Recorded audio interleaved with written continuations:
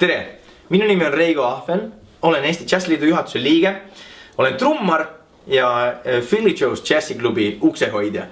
Ja siinkohal ma tahaksin soovitada sulle mõned kontserdid, sellepärast et me ju kõik teame, et kõikidele nendele üritustele, kuhu meid läbi Facebooki või kus iganes kutsutakse, me lihtsalt ei saa minna ja sedasi läheb valimine päris keeruliseks.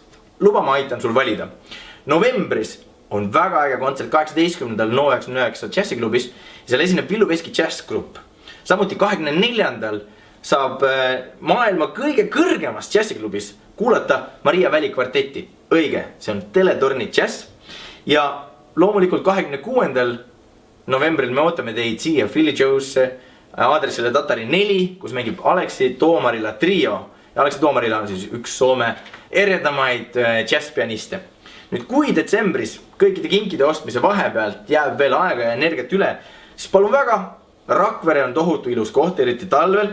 Loodame jälle uhket akendest kuusepuud ja 3. detsembril on võimalik seal kuulata Kirkekarjat, Tanel Rubenit ja Martin Kuuska oma täiesti uue bändiga Rakvere Jazzikohvikus.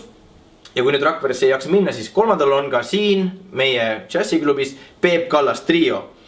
Ja pärnakaid ei unustata, 9.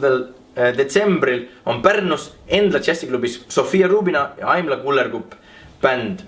Kellel nüüd sai infot natuke palju, siis jazz.ee saab vaadata kõik kontserdid, toimumisajad, toimumiskohad üle. Jazz päästab maailma.